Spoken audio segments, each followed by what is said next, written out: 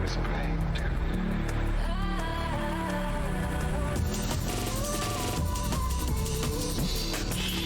There's no way out.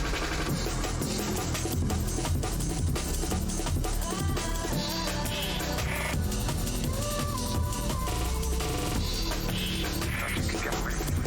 There's no way out.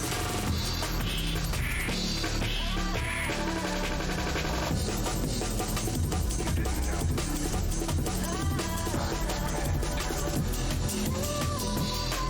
playing too. There's no way out.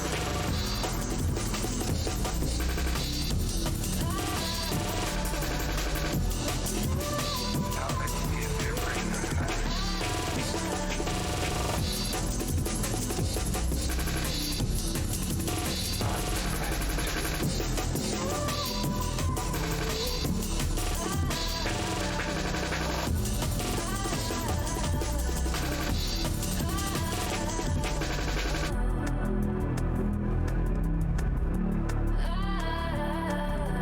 You'll slip up one of these days.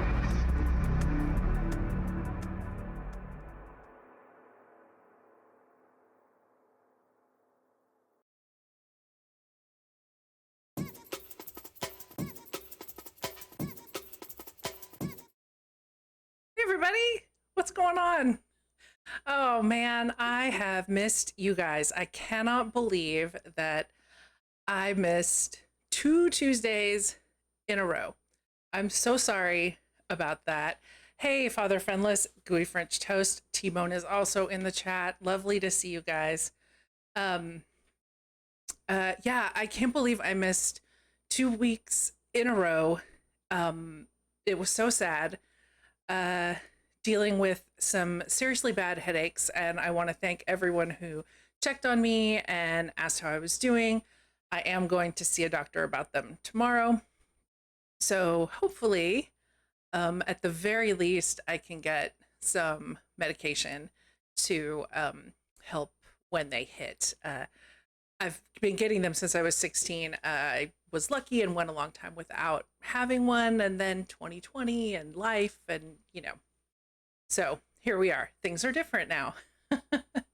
But all good, healthy, happy, and really, really happy to be back here on a Tuesday with you guys. And tonight, our guest is T-Bone, one of the regular DJs slash super supporters slash amazing person that makes possible the wonderful thing called Juice Drum and Bass. Shamin is the founder, and he is her partner, her supporter, all of those great things. And so if you want to follow T-Bone, he does baking streams, and we'll talk more about that. Then click on that link for his name. But if you want to see him DJ, you gotta follow Juice Drum and Bass. You will not be sorry. Both channels totally worth the follow. Excellent content on each one. So be sure and check that out. Munchie, good to see you. So speaking of the 2 weeks that I missed, one of those weeks that I missed, we were supposed to have Matt B and Ohm Girl from Sleazy Listening on. We are working on rescheduling that right now. I just need to find a date that works for them and for me. And so that's all we're waiting for. But in the interim, they are needing 13 more followers to hit 500. And so I was thinking, if you guys clicked on that link, you could give them a follow, and maybe we can get them a little closer to 500 before their next stream. I think they'll be streaming tonight. But regardless, I would love to be able to help them on their goal if you guys don't follow them already. They are totally worth the follow. Yes, Ohm Girl did have a great set earlier today as part of the, is it Trans Global Tuesdays that Flex is doing? And yeah, it was a great set. I didn't get to hear the whole thing, but I got to hear a good portion of it, and I really, I really enjoyed it. So Yeah. Hey, Doms, what's up? You had a big set this morning or today too. Trying to think. Yes, it was this morning for me. The day has been long and it's all kind of a blur. Yeah, you got that big raid. I was in Hornet Stream and then we raided into you, and um, it was nice to see such a big group jump in and check you out. Um, so yeah, today our guest is T-Bone. And let's see, what can we say about T-Bone? Um, T-Bone is, as I said already, he is resident for Juice Drum and Bass. He's also obviously a big part of it, being Shimon's partner, and he is from Holland. He was born and raised in Amsterdam, I believe, if I have the right information in front of me. And of course, I'm an idiot and didn't copy and paste all of that, T-Bone, even though you were so nice to send it to me. Because, apparently that's just how it's going to be today. You take 2 weeks off with miserable headaches the whole time, and I guess that's just what happens. So, yeah, he has been in the US. He told me we'll talk about the details. But anyway, he's here now. He lives in Portland or Portland adjacent in Oregon. So he's a long, long way from Europe. And I'm super, super excited to have him here. So while instead of me like fumbling around anymore, why don't we just like bring him in? So yeah.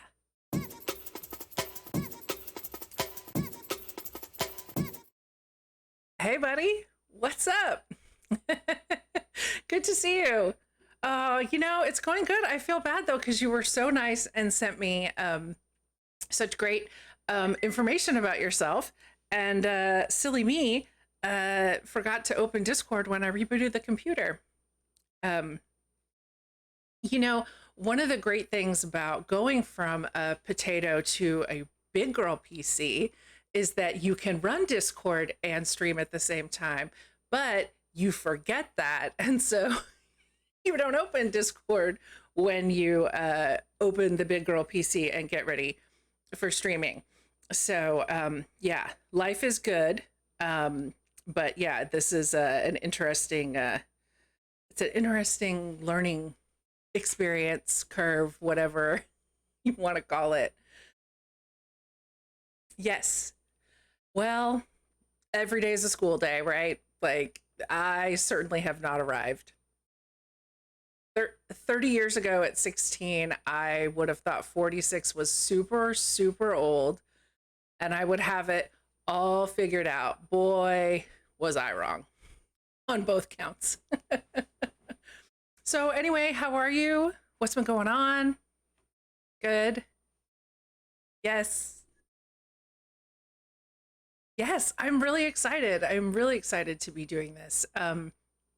You know, I was thinking back, we talked about this yesterday, and when Shamin was on, I mean, I had hardly been doing this very long at all, and it was so great to chat with her. And she's so great because she has such a relaxed, warm, like inviting vibe. And it was great to like participate in that. And I'm like, ooh, maybe I will be getting better. You guys are not getting any sound from T-Bone? Oh, well, shoot. Let's figure this out. I know why. Try and talk to the people again. Yeah. Can you guys hear him now? Hey, Lexi, good to see you. Uh, Munchie, thank you so much. Yeah, keep talking. Maybe, no. Why is the desktop? I'm not getting anything on the desktop audio. What the frickety frack? I am hearing you. Yes. Hmm. This is what we did before. And you know what? I had trouble with this. Um, I had trouble with this before last time. And of course, now I can't remember what it was. And I know I fixed it somehow. Um, yeah. So I think I have an idea. let's see.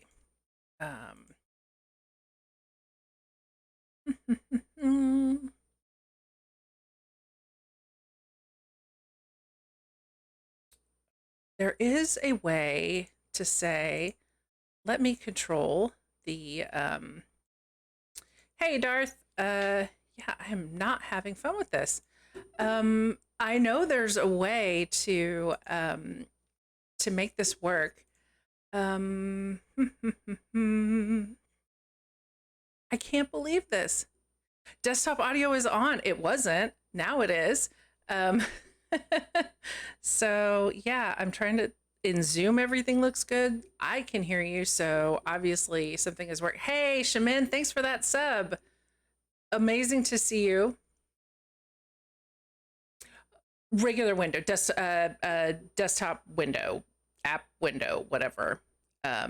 So I know it's really weird. Like I'm not even getting any meter on the desktop audio, which is so. Well, that's what I'm trying to. That's what I'm trying to figure out here.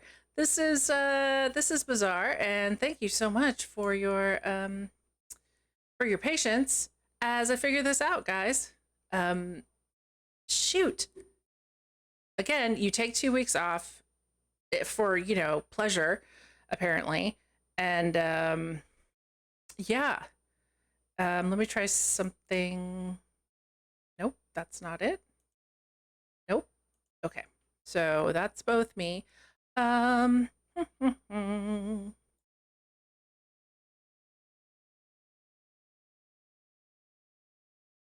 check. Oh. Munchie's so easy to he's so easy to please. I love that about him. Um I'm just going to try changing that. I know there is a way to control the audio with let me try this. Okay. Mic check, mic check. Hello, hello. Folks, That can might you have hear fixed me? it. I think that might have fixed it. Munchie, It has can you hear me? certainly Gooey French toast, are you there? Darth Liquid, big ups yourself. Hallelujah. Jeez Louise. All right. Ah, at last. Only 11 minutes in, you know, We'll figure it out. No worries. blessed Easy are the yawn. flexible, for they shall not be broken. Yes. That is, you know, this is a lot more fun since I started flying more by the seat of my pants. But this kind of thing, StreamYard didn't make me worry about this. OBS is so much more customizable, but also a little more complicated. Sure. So, True enough. anyway, thank you for your patience. Let's rewind. Luckily, we didn't Sure. talk about like a lot of personal things yet, so that's really cool. So, okay, one of the things you mentioned in your Discord message to me was when you came to the U.S. So, remind me again when that was that you got to the U.S. That was 2017, if I'm not mistaken. I already also forgot. Like these, this is why I typed it all out to you because, you know, these things. So yeah, I feel better now. 2017 is when I moved here. Awesome, awesome. So 4 years. Yes. It feels like from just your sort of like you're like a fixture, you know what I mean? Like it's like you and Schmidt have been doing this forever. Like you've always been together streaming, you know, all of that. You make it look so like casual even when it was in your living room and like totally brand new to you. Right. I just Well, I just so love that. I mean, Shaman and I have been team working the ever living crap out of life since, 8, 9 years now, almost 9 years. Wow. So that kind of flows naturally, Mm-hmm. that teamwork. Mm-hmm. And streaming, I've been doing since forever. And so that also kind of flows naturally. And the teamwork that we bring with Juice and streaming works very well. And we just upgrade every time we see an opportunity to improve. Yes, yes. Okay, so let's actually talk about streaming. Hmm. So, you sent me this picture that I thought was really cool. This is of your first streaming setup, and you told me that you've been streaming since like 2011 Video or before streaming, that. yeah, Video streaming. Okay. yeah. So I've been video streaming since 2011. That picture you're showing Uh huh. is my streaming setup. The very first time I streamed with video um, to various services, not just Twitch. And then I've been audio streaming since the late 2000s. Awesome. So yeah, it's since like 2005, 2004 ish is when I started my career and my passion for transferring media through the internet, I suppose. That's fantastic. So, how did you get started doing that? Like, that was still a very, very new thing. It Um, it all started because I was a kind of a local fixture in a specific club in Amsterdam, okay.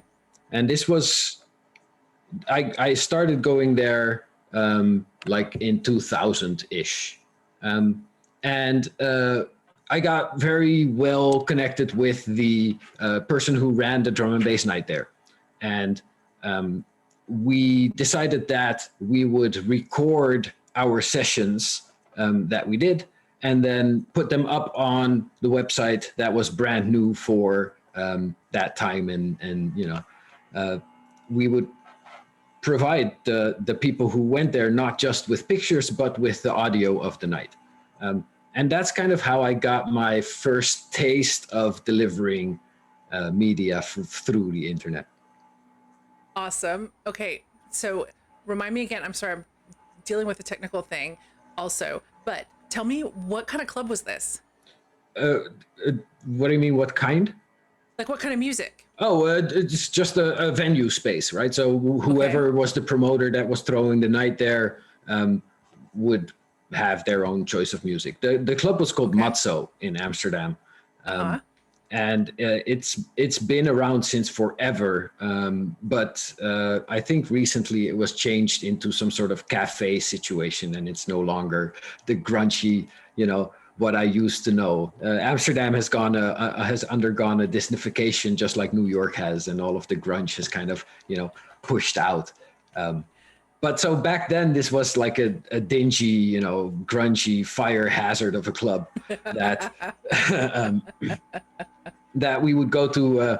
I would go out on Thursday nights to the Korsakov, which is another venue in Amsterdam, and then on Friday nights to the drum and bass night in the Matzo. Um, and yeah, That's awesome.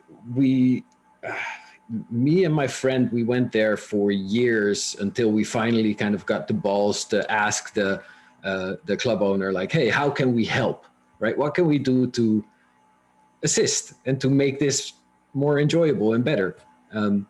And so we kind of we set up the website. We were both kind of a bunch of nerds, and so we set up the website. We did all these things, and that's where I kind of introduced myself to streaming, because I wanted to record those hours worth of fantastic music and vibes and put them somewhere where other people could enjoy. That's awesome. Okay, so let's talk about sort of the ethos of that. So, I know in the US, like, obviously this is where I live. I don't know what it's like to live and be part of a scene, anywhere else, but here, and certainly from what I hear from the folks, the other North American folks that I talk to, a big part of sort of building a scene, especially a drum and bass scene, is that kind of DIY aspect, right? That real participatory, everyone has a part to play kind of thing. But not everybody thinks like that. So, what, how did it occur to you and your friend that, hey, we want to help. We want to be a part of this.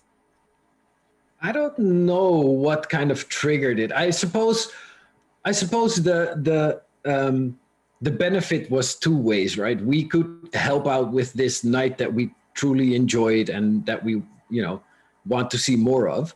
Um, but also we would, get free tickets and be able to get our friends on guest lists. And, it makes you more popular to be in with the crowd, right? Um, so Yes, the, yes. the knife cut on two ends, and I didn't mind at all, kind of running the technical stuff. Mm-hmm. I, I found early on that I had a knack for that, and so that's kind of where I naturally gravitate towards.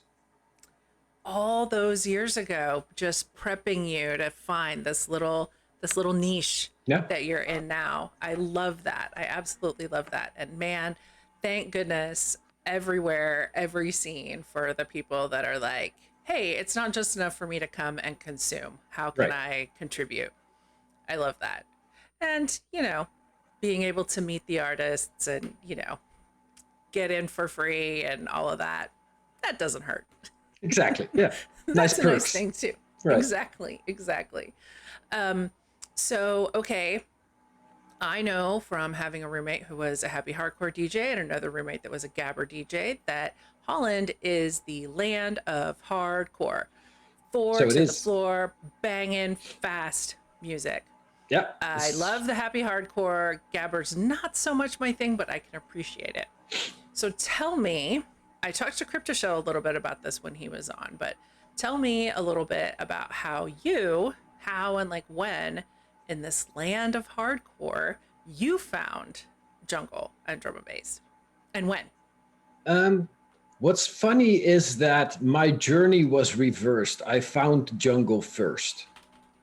Or Okay. rather, I enjoyed jungle first before I enjoyed hardcore. Um, and so I got into jungle, into drum and bass really uh, at around the 2000s, just before 2000, so like 1999 ish. Um, Okay. and it was also when I started going out. Without giving my age away too much, like that was around the time where I had a couple of years of going to a bar or whatever under my belt, and I was actually going to clubs to listen to music. And so I went with friends to clubs that I didn't know, and those friends happened to be going to a drum and bass show. And so I found drum and bass first, and then I noticed that some of the more common popular music in that era was, happy hardcore and kind of gabber kind of stuff. Mm-hmm. There were a lot of jungly breaks, uh, and so that kind of led me to like both paths of music. Though my Yeah. heart has always been with drum and bass. Yeah. Yeah. Those were my favorite happy hardcore tunes too. Like especially the ones that sort of they had like a jungle breakdown. That was like boom, happy hardcore. Wah, jungle. Right. Yay. The little change up was really nice. So, okay, like 1999. That's a super cool time to get involved with drum and bass. I remember it fondly and very well. Lots of cool things happening. I don't. And you don't you just don't remember it? Right.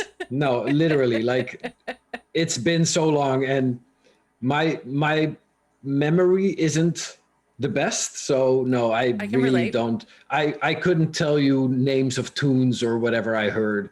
I Yep. know artists. I mean, we hung around with the artists, so I know some artists, but that's really more of a because I know them personally rather than because I know them by name because of their music. Right, right. Yeah, at Catch 22 will tell you how many times I have been on his stream and went, I owned this record. What's it called? Right. But and now it's even better because he has my old records and I'm still like, what's it called? Um, uh, one of the things I do remember though really distinctly about like 99 2000 was Liquid coming to the front, and as Fabio called it back then, Liquid Funk. um so I don't know, I find that kind of interesting that here you are now and you're playing all this beautiful, amazing liquid music, and you popped in at a really good time for that. Um, That's true. Yeah, I think. I mean, I've before drum and bass, the main music I listened to was jazz, and ah, um, that kind of led me to like the types of drum and bass that I currently like. I really love that because jazz was not something I listened to before I listened to drum and bass, but I obviously have a like different slash new appreciation for it now. But one of the things that like my friend Wes and I were talking about was that it it was kind of a shame that at this height of like these jazz influences in drum and bass there wasn't a crossover, because it seems like that would have been such a great time to like have this cross pollination really both ways, but maybe it's still to come. maybe Yeah, uh and maybe I it will would still dare say happen. that it's already here. It's just Yeah. not very high up on people's radars, I suppose. Um, Okay. but people like DubFX um, do incredible freestyle jazzy things, though be it with a looper, um, Hmm. where they create drum and bass from their voice and their vocals in a very soulful jazzy way. Um, so I Yeah. think it's creeping up, but I don't know if it's ever going to be like some sort of big name doing the things that I like. Yeah. I feel like too that we might start to see even more and more exploration of like, certainly I'm seeing more producers that are bringing real instruments into their production, but real, you know what I mean? Like traditional instruments into Sure, their production, but also I definitely don't think we've seen the last of like the live instrumentation and live show absolutely not. kinds of things. Like obviously, Ronnie Size Represent was like massive. Pendulum was even doing Yeah, live I mean KJ Sokka instrumentation. is incredible, right? Yeah, Seeing well, and him then you live have like drum was yeah, and amazing. then you have like Dr. Meeker, um, even Spin Scott with his MPC is doing Right. live instrumentation. So maybe there's a golden era coming for that, which could be really exciting. Isn't that great? This music is like almost 30 years old, and still there's all these new possibilities Yeah. on the horizon, all of these exciting things that we haven't done yet. Um, I just love that. I absolutely love that. Um, okay. Guys, I'm just going to remind you quickly one more time. Sleazy Listening was supposed to be on last week before I had another horrible migraine. And they are like 10 or 12 people away from 500. So if you have not followed them, please do. You will not be sorry. This is not like a pity follow. These guys are great. And I can't wait to have them on again so I can, or on for real, so I can actually talk to you more about how amazing they are. So, anyway, now back to the show. Um, so, one of the things we mentioned yesterday when we were talking about things that we wanted to talk about was uh, you coming to the US. Like, as I was preparing for this interview and thinking about talking to you, it just like it amazed me and made me so curious to think what you said, it was 8,000 miles, right, from Holland to Yep. Oregon. So you picked up as an adult, Hmm. a fully grown adult, stamped with, imprinted with your culture, your language, the way that your people relate to one another, and moved 8,000 miles to a completely new country that is completely different with different culture. People talk to each other differently, and a new-ish, like, not your first language. I'm sure you've been speaking, because you're in Europe. I'm sure you've been speaking English and many other languages for a long time. Sure. Um, so I'm dying to know sort of what that was like, but I guess the first thing we probably need to know is sort of maybe a little bit about the story about how you met this woman that would bring you all of those miles Right. away. Um, right. So I met Shemen 10 years ago, 9 years ago, 9.5 years ago, something like that, in the UK, um, in a party um, hosted by shared friends of ours. Okay. And um, I mean, we had chatted before. We were both big listeners of Bass Drive and hung around on the IRC channels and all that kind of stuff. And so we had been in contact before, and we met up and we kind of hit it off. Uh, and we kept in touch, and I think met up even one more time in the same venue in Birmingham, of all places, um, for the same for a party thrown by the same friends. And then um, one year we were kind of like flirting and having fun together. And one year, the year after, I asked her, "What are you doing for Christmas?" Because I had a bunch of PTO coming up and needed to spend it all, and so I figured, why not go to Portland and go to Oregon, have fun, see what the fuss is about. And so I'd been to America before, right? I've been here before when I was much younger. Traveled solo from San Francisco to LA and back. Oh, wow. And so I had known the West Coast for a while already, and had always said that I like San Francisco a lot. It feels a lot like Amsterdam. Okay. Then I came to Portland for that fateful Christmas, where I spent my time with Shemen and hung around, and we had the most amazing time. We had so much fun, and ever since then we've been telling each other more, please. Um, and so that's how I started going to Portland, and how I kind of met Shemen, who figured out a way to get me here, or rather, who figured out a way to make me want to come here. That's amazing. I love that. Um, what was I going to say? So, how long were you here that first trip? It was about 2 weeks, I think. Yeah, something like that. Um, Okay. just Is a, that a long time for a first visit? I don't know. You tell me. Is it? Well, okay. Did it feel like a long time, or like was it It never felt like bored? Like every you'd been there time I forever? visited was too short, Oh, which is a great indicator of me being here now, right? It's a great indicator of yeah. how much I enjoyed um, hanging around here and um, being with my partner. Um, Yes. Portland is one of the most European cities in the US. I mean, granted, I have a very small sampling size, but Portland is, from what I can tell, one of the most European cities in the US. And so I felt right at home. That's awesome. And as Catch 22 says, good answer.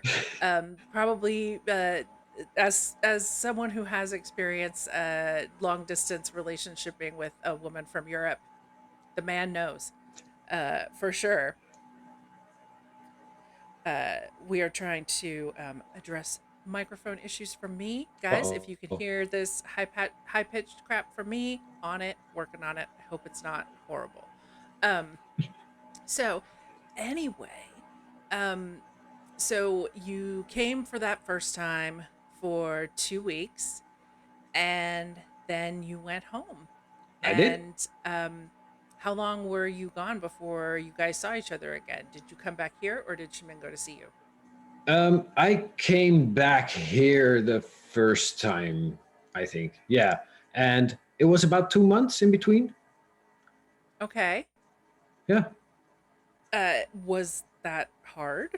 The 2 months? Yeah. That was terrible. There was nothing more that I would like to do than come back here.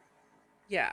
So yeah, I am extremely lucky to have found this person and this place where I feel completely at home. and with whom I feel completely myself.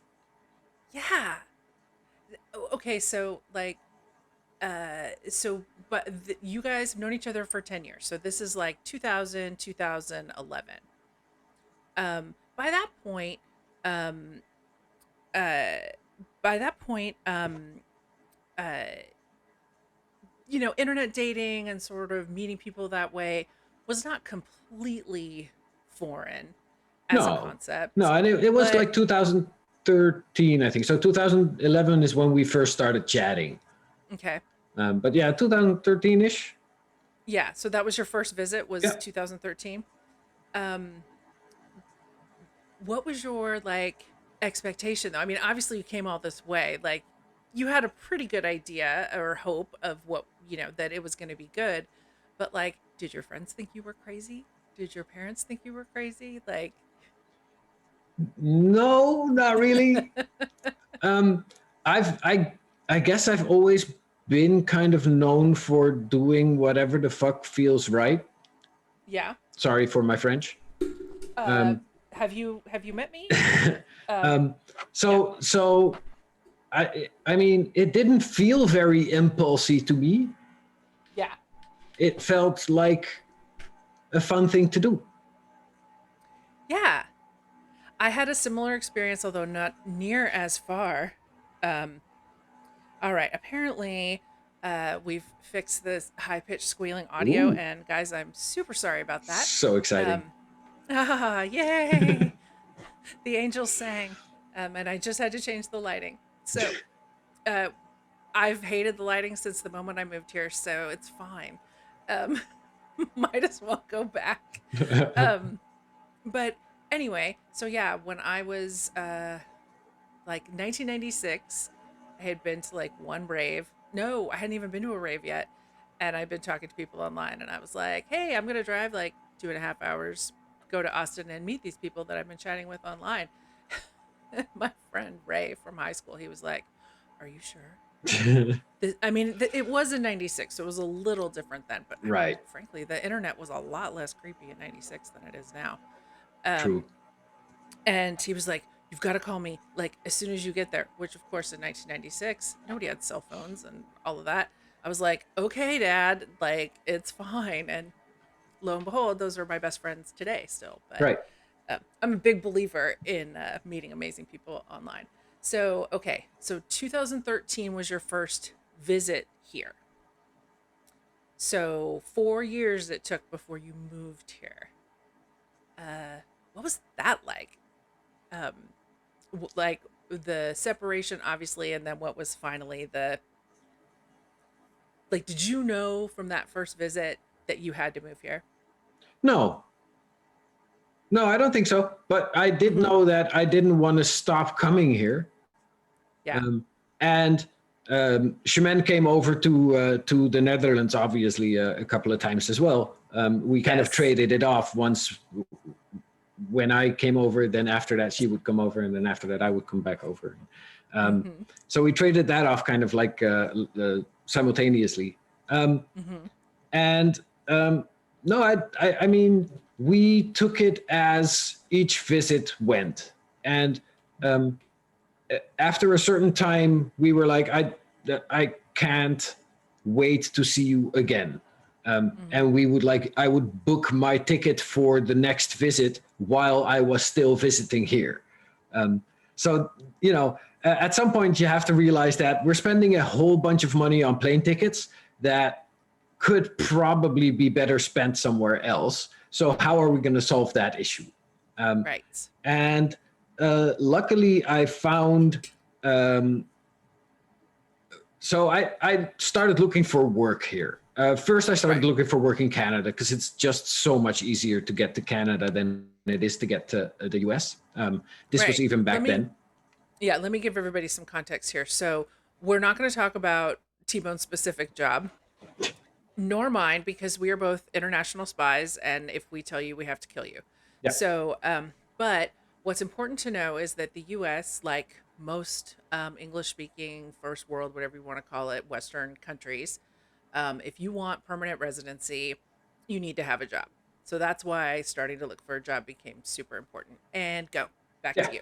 So I started to look for a job first in Canada because Canada is easier, but still kind of far away. I actually had a job interview in Vancouver, but that fell through, and I found an employer here who was willing to um, sponsor me coming to the US Mm-hmm. with the one condition that I would work in the UK first for a year for them to kind of see what kind of fish they had caught, essentially, right? Um, in my industry, it isn't uncommon to be headhunted, but it is also isn't uncommon for them to then have some demands as to what you do before you actually join and do what you need to do. And so I said, that's fine. I'll spend a year in the UK, but you have to pay for all of my travel. And they did. And they paid for all of my trips in that. So I spent a year and a half in the UK before I went to Portland. Um, and they did. They paid for every single thing, which is amazing. And they got me my visa, which then allowed me to come here, work for them, and live with my now wife, then just partner. Yes. Yes.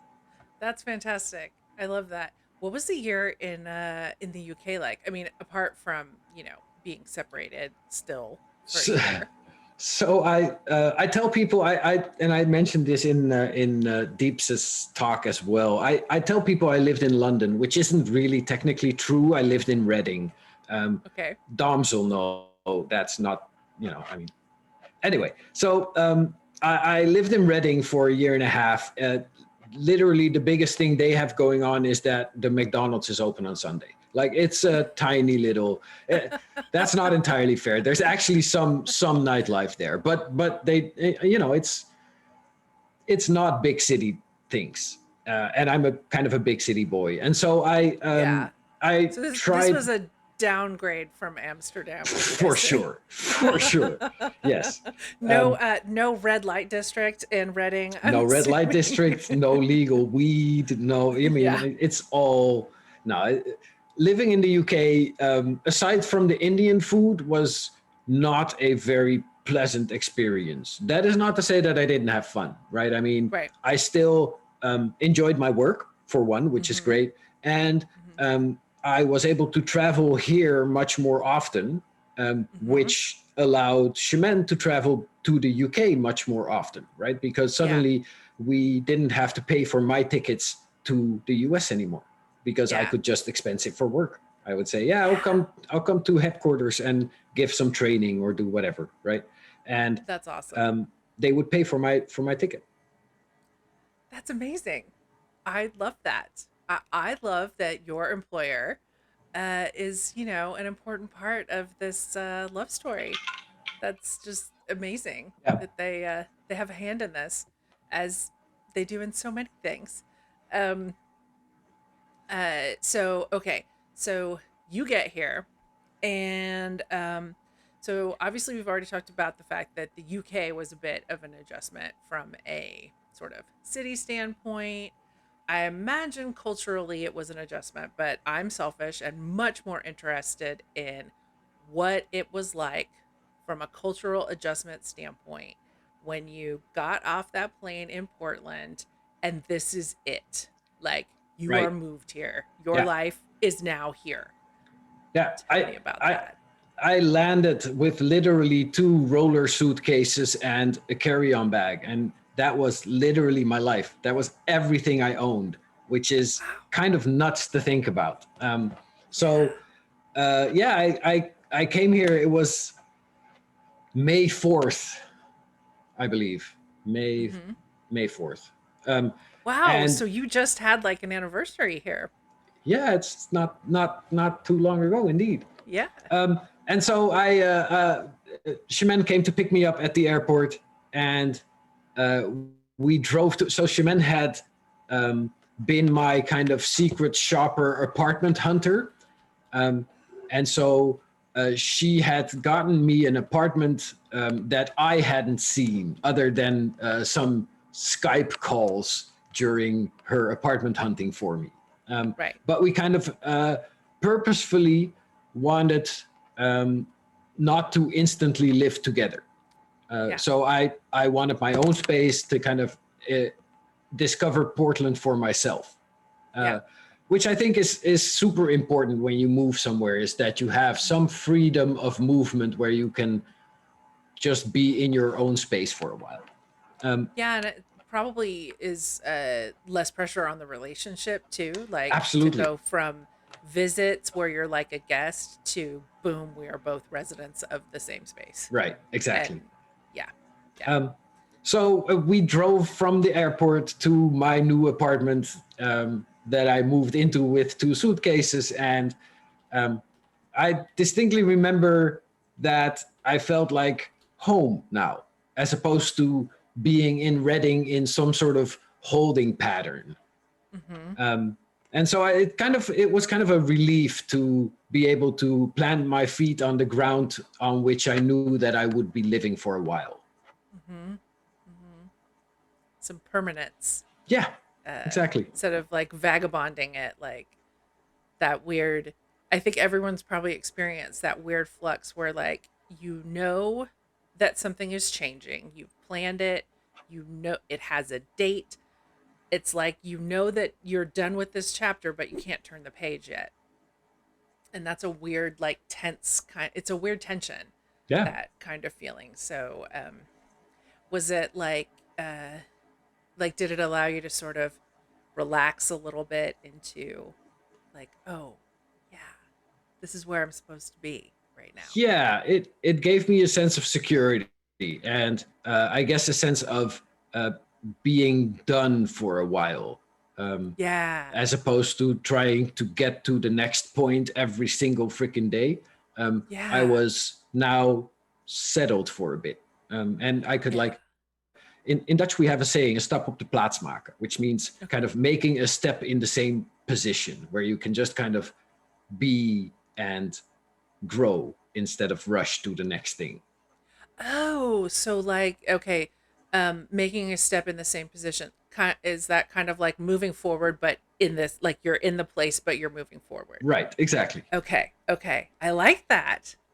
Will never be able to say it in Dutch, but it is a cool, it is a cool expression that captures a really cool idea. Um, okay, so, um, beautiful, beautiful love story. But uh let's talk about like actual adjustment to Portland. Sure. Um what did Portland feel like compared, like as a resident as opposed to a visitor, compared to, home?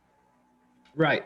Um, it felt very natural. Like I don't think there is much of a feeling of difference between when I lived in Amsterdam and when I live in Hmm. Portland.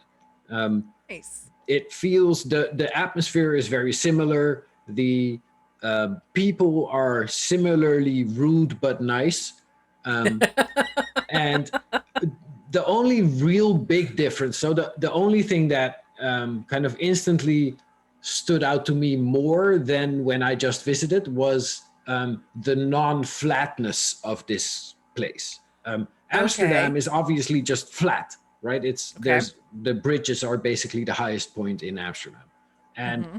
um, here everything is on a hill, and I Sounds like just Austin. right, and I had never experienced living like that, so that was something new. But other than that, the adjustment, I think, maybe mostly cultural. You know, Hmm. um, having American candy in the supermarket rather than in a specific specialty aisle is kind Oh of yeah. nice. Um, Yeah. but yeah, no, I mean, it feels the same but different. Okay.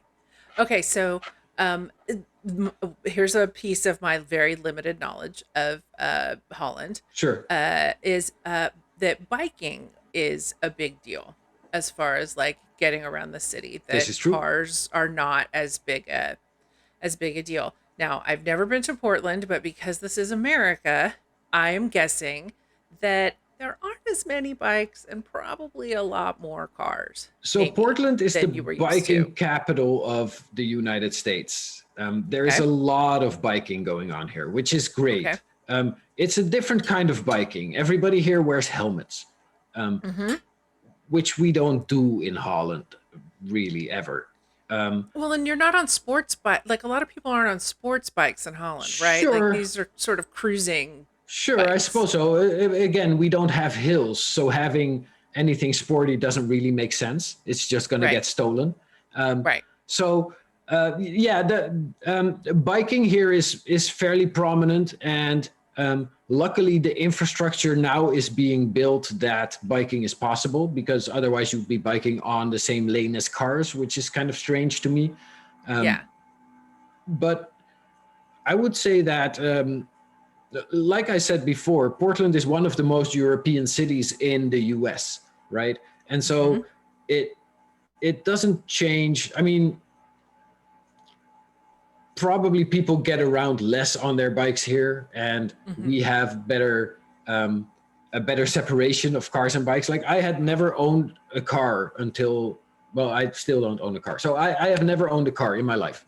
Mm-hmm. um, there was no need in Europe, because I could Mm-hmm. get anywhere local by public transport or by walking or biking, and I Mm-hmm. can get anywhere far by train or plane. Okay. The train system in Europe is amazing, so I could be in Paris in like 3 hours with the high speed train. Um, I mean, it's kind of cool living in Europe, um, but it's not where my partner was, and so therefore I had to come. Yeah. Yeah. Your heart was here. Yeah. Okay, so you say that Portland is a very European feeling city. How so? What makes it feel that way? Um, I don't. It's a certain vibe. I can't put my finger on why it feels that Okay. way. It's just that the people are, I guess, similarly friendly. It's a very green city. Like there's lots and lots and Yes. lots of green space, which is fantastic. Um, Mm-hmm. and uh, yeah, it just feels non-American. There's sidewalks everywhere. Like I can, Mm-hmm. where I currently live, I can walk to the supermarket and do my groceries. I Nice. can, there's no need even here, uh, no real need to have a car. Mm-hmm. Mm-hmm. So Um, okay, so um, you mentioned this casually, and I kind of was hoping you would hit on this because I wanted to talk about it a little bit.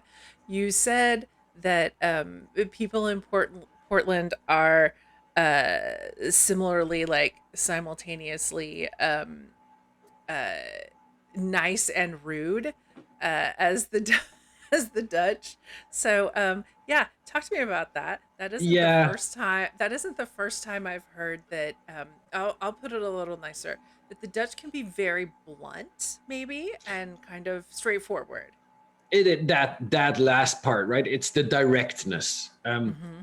The Dutch tend to not feel like they need to beat around the bush or be nice just to be nice. Mm-hmm. Um, and so that often is perceived as rudeness, which Right. it really isn't. It's just time is valuable, right? And Right. I don't want to waste time being nice. I want to be nice because I want to be nice. Um, I don't want to. Um, I don't want to waste time. I find it more rude to waste somebody's time by beating around the bush than I Yes. feel being rude because I am just direct and to the point, right? You are my people. Like, you have no idea. My entire life, like, we had to take, well, we didn't have to, but one of the courses, trainings that they offered at my job many years ago was, uh, uh, it was some like interpersonal course, right? Like how to deal with interpersonal things. And one of the things that they talked about was, that not everybody is the same. And, some people want like small talk and hi, how are you doing? Before you say, hey, can you help me with this report? Right. Me, on the other hand, I'm like, get to the freaking point. Like, this is work. I want to be friendly with you and all of that. But that's after like we deal with work. Well, you can imagine that in my emails, that in my like going to somebody's cubicle, it wasn't always the best Yeah, the whole "hi approach. there, I hope you're doing well today" is, it's Yeah. just not necessary, I don't think. Yeah. Yeah. I mean, I've had it felt really phony at first, and I had to like I sort of looked at it like, okay, this is a foreign language, right? Like this person perceives these words delivered in these ways, not in the way I want to communicate. So how can I learn to like speak their language? But still, my heart is fully like, get to the point. Uh, one of the Even I think it's being rude to be nice or to be fake nice. And lots of American niceness is just fake. Yeah, I was talking I can't to deal with that. I forget who I was talking to. It was somebody on Twitch about that, about like the script. Like Americans in particular, and I can't obviously speak for anyone else, but I suspect Canadians might have this too. We have a script where like the social expectation.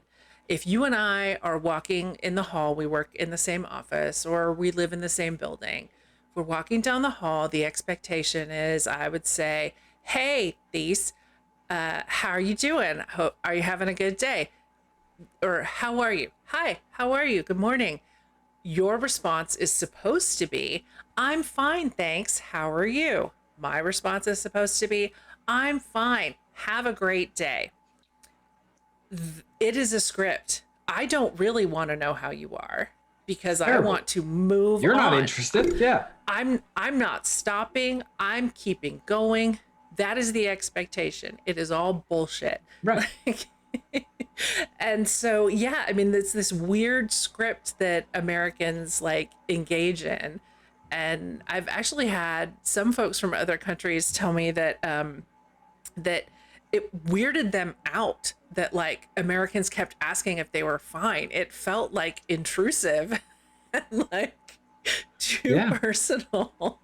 The cashiers in Holland won't ask you how your day has been. They don't care. And they don't fake it. Like the cashiers in America probably do not care either. Right. As a former Exactly. cashier, But I they didn't fake it. care.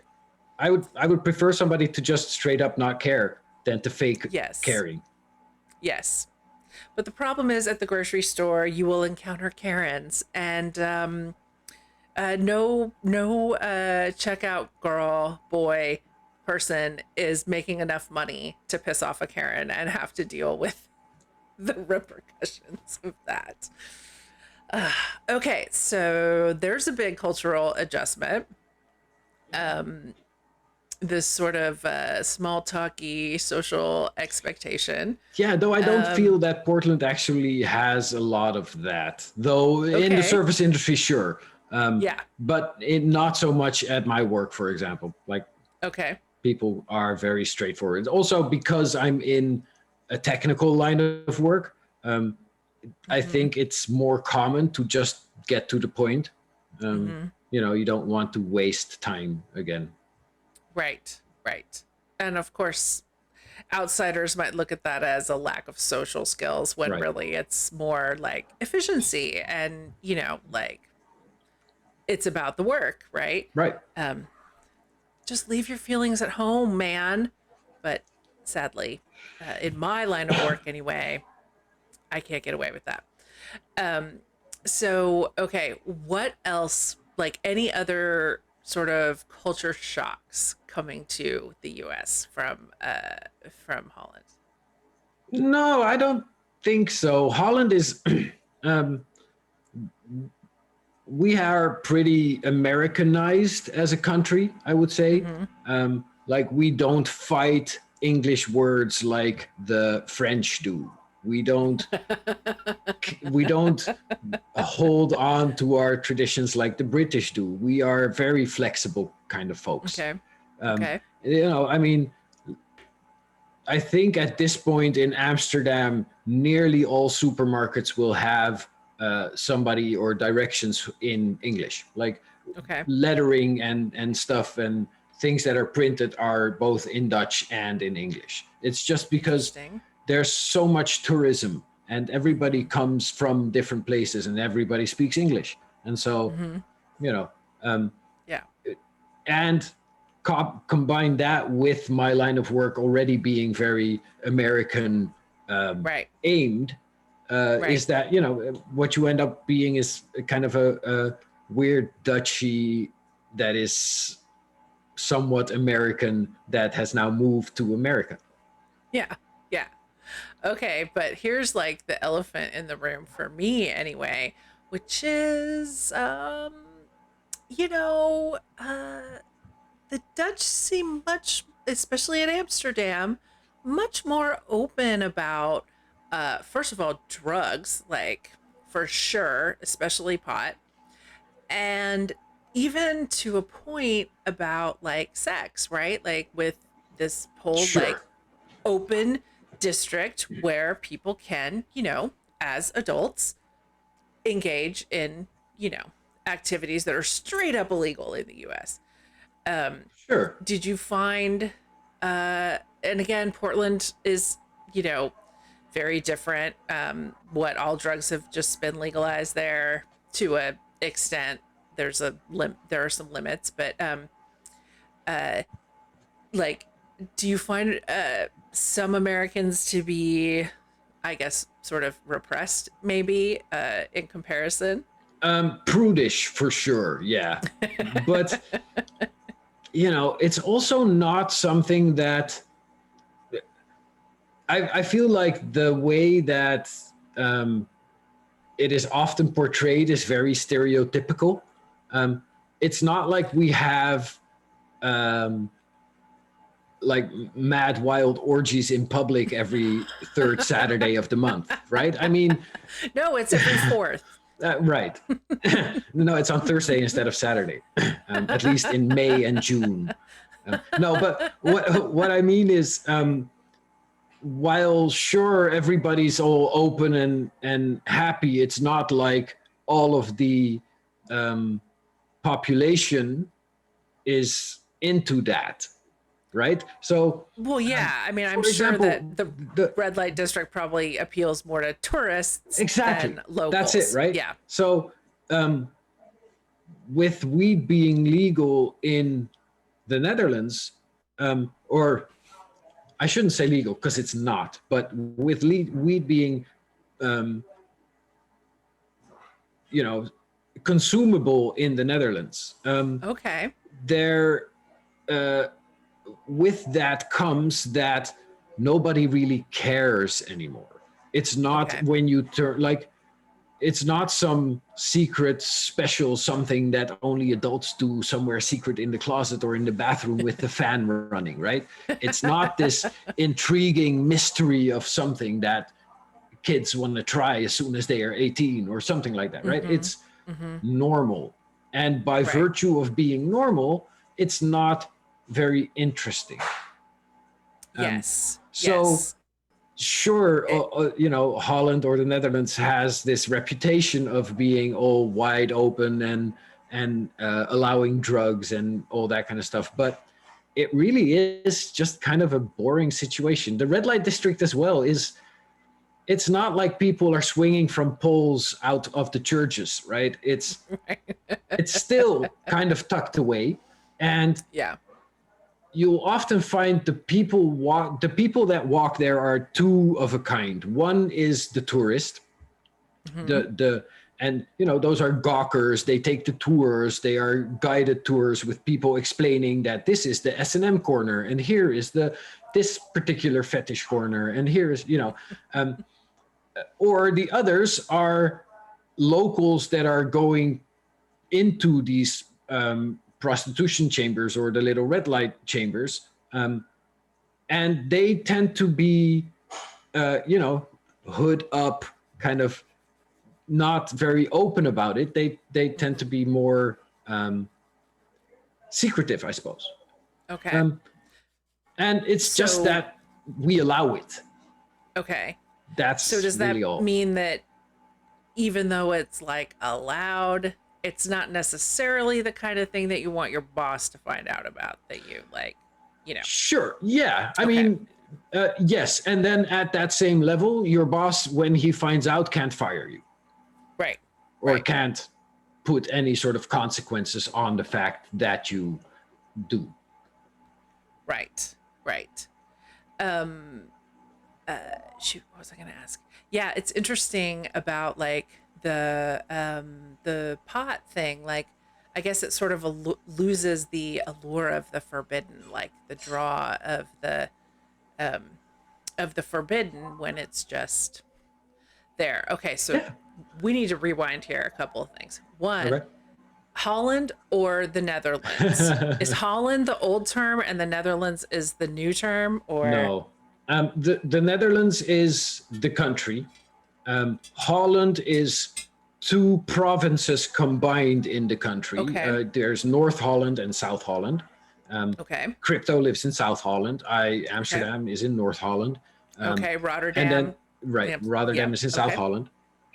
And then there are another 13 provinces, no, 12 provinces to 14 total, Okay. which, when combined, are called the Netherlands.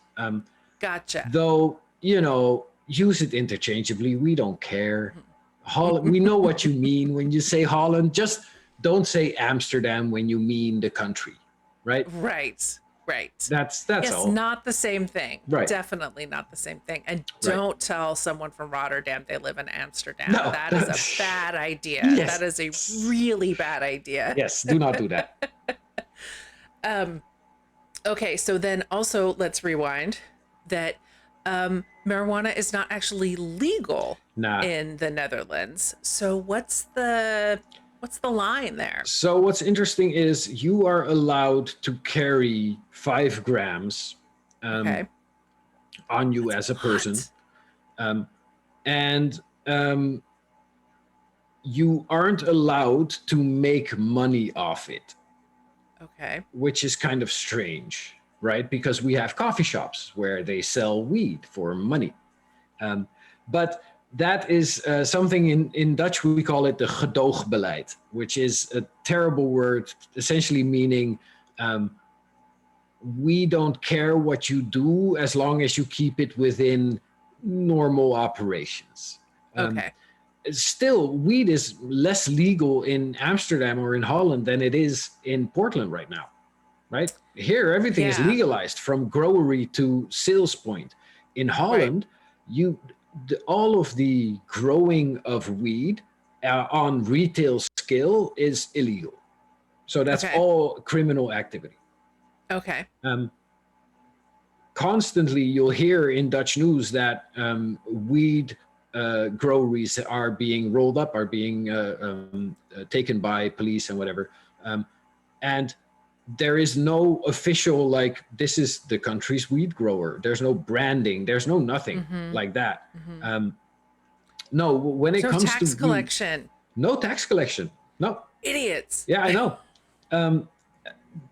But when it is, well, I suppose the tax collection comes in the form of tourism, right? I mean, Yeah. we can't now go back and say we'll make weed fully illegal because you'll lose literally 90% of the tourists that come to Holland. Right. Right. So I guess they're kind of stuck in between the current situation and legalizing fully. That is not to say that. So while I don't like that situation very much, and I like what they have done in Oregon much more, because here everything is just legal and organized, right? There's actually some control, some quality control, and some, somewhat scientific measurements in terms of how much THC is in your weed and what kind of weed are you getting. And in Holland, not so much that. And then what I like, because of Holland's stance, I like their hard drug policy much more, meaning that if you want to take ecstasy or cocaine or whatever, you can take it to a place to get it tested to make sure that it's good and you can't die from it. and Mhm. you can go to a place to use where you have clean needles, or you can go to Mhm. there's so much more infrastructure to take care of um, that kind of stuff. Whereas here, once you're in a bad way, there's really no way to get out of all of that. Right. Right.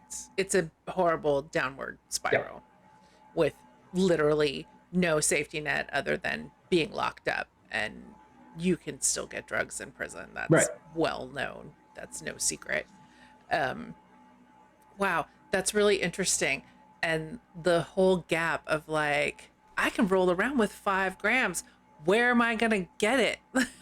Yeah, it's Like, weird, right? I mean, the coffee shops. I mean, they're plentiful, right? Literally, you right. can't walk down 2 streets or 2 corners and not hit a coffee shop somewhere in Amsterdam. Hmm. And you can walk in, and as long as you're 18, you can get weed in up to 5 grams.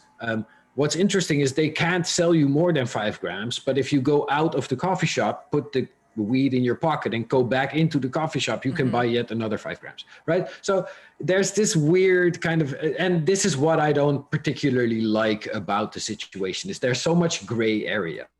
Hmm. Um, they should just, legalize it and be done. Get some tax revenue and Yeah. Well, I'm also sitting here thinking, so like, I guess the sale by the coffee shops is kind of just overlooked. yeah, Um, yeah, and there's no, so they can sell it to you as long as the quantity is less than 5 grams, but okay.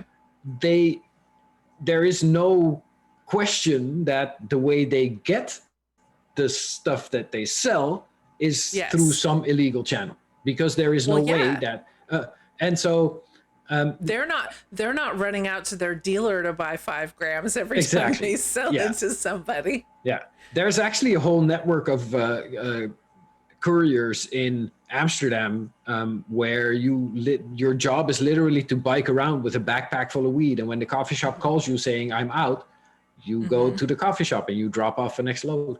It's a very interesting situation. I wish they did it Yeah. differently, but you know. Oh, so I mean, you lived there as an adult, so you might Mm. know the answer to this. So in the U.S., um, even in places where it's legal, so like I really saw this face to face in Colorado. Well, not face to face, but like through this amazing documentary slash reality show. So Colorado, legal recreationally to use. Um, so dispensaries, heavily regulated, but totally legal. But federal banking laws prohibit um, the entry of any proceeds related to drugs that are illegal on the federal level from entering the banking system. That's designed to prevent like money laundering from Mhm. like giant, big drug cartels and, things like that. Those laws weren't written with this kind of thing in mind. So like one of the big things that came up in this documentary was like, okay, this dispensary is kicking ass. They have cash around all the time. That makes them like a massive target because they can't just take their deposits to the bank. Right. And they can't, I don't even know if they can take anything other than they might be able to take credit cards, but they can't put any proceeds into a bank. Right. Um, and so, like, when it was time for them to pay their state taxes, they had to drive to. They weren't in like a big city. They were in like a little sort of ski city.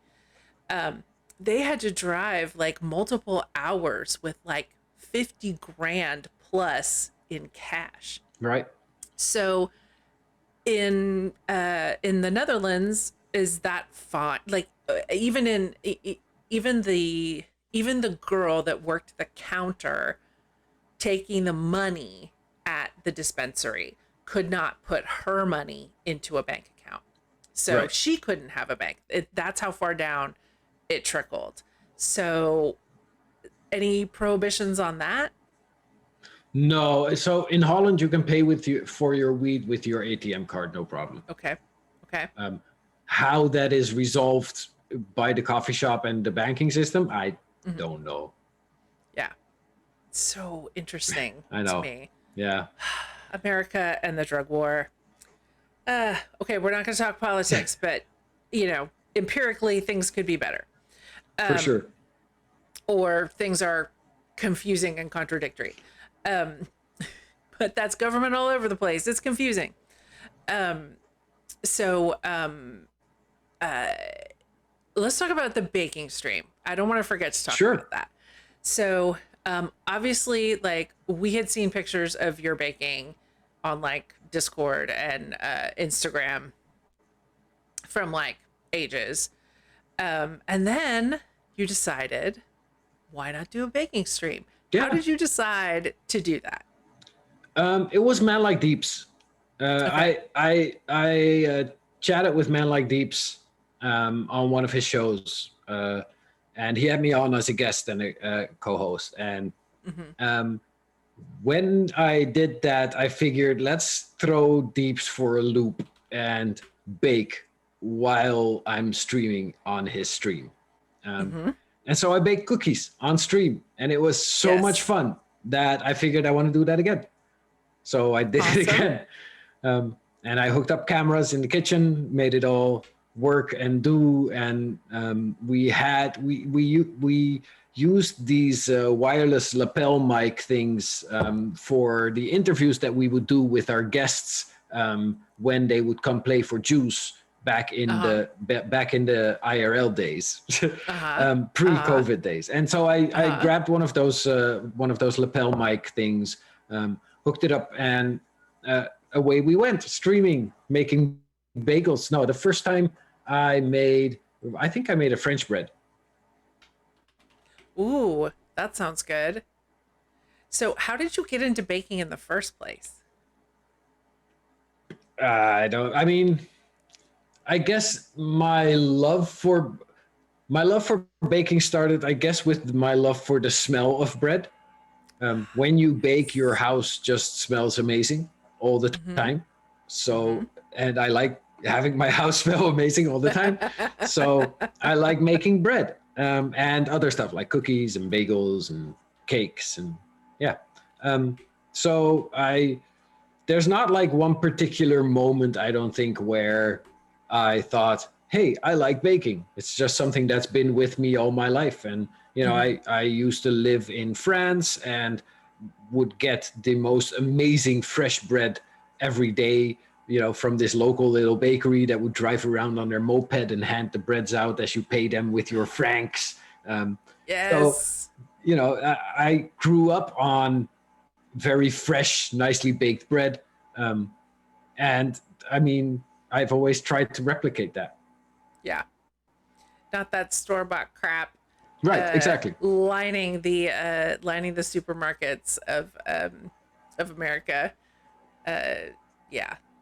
Luckily there's a bakery right by me and they deliver. So yeah, Nice, I have all the sourdough my heart could desire. nice. Did you do a sourdough recently? No, well, I the French bread I make is with a fermented starter, but it's Okay. not really sourdough. It's just a starter Okay. that has sat overnight. Yeah. Yeah. So like it's not one of those that you've had for years and you No, no, feed and no, yeah. Yeah. It's no. fascinating. I mean, it costs so much flour to run a sourdough, like a proper sourdough starter. You have Yeah. to feed it flour every day, about a cup's Yes. worth, and I mean, I want to use my flour to bake and not to feed whatever A organisms whole are living in cup's there. worth. That's crazy. Mm. That's crazy. Yeah, you're See, supposed to throw 2/3 of it away and then have 1/3 of it be the new part of the mhm, starter that you're making. mhm. Okay, so like, not that it's my business to tell you what to stream, but I have to tell you, Clever Gal streaming this like plant stream and people being able to ask, why is my plant dying? Or how do I keep it alive? Being able to ask baking related questions, that could be nice for someone like me. See, but Clever's an expert. Yeah, but you do it often enough. You have knowledge to impart. My knowledge is limited to what the recipes I happen to find on the internet. Like really, I don't profess to know much about baking at all. It's just something that I love doing. Yeah. Yeah.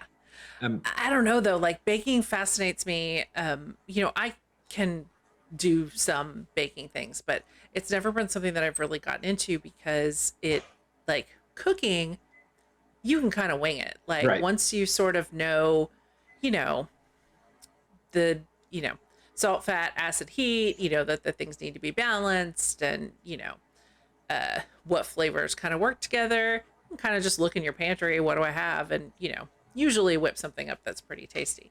Baking is so much more sciency. Like there's all these reactions that Yeah. happen, you know.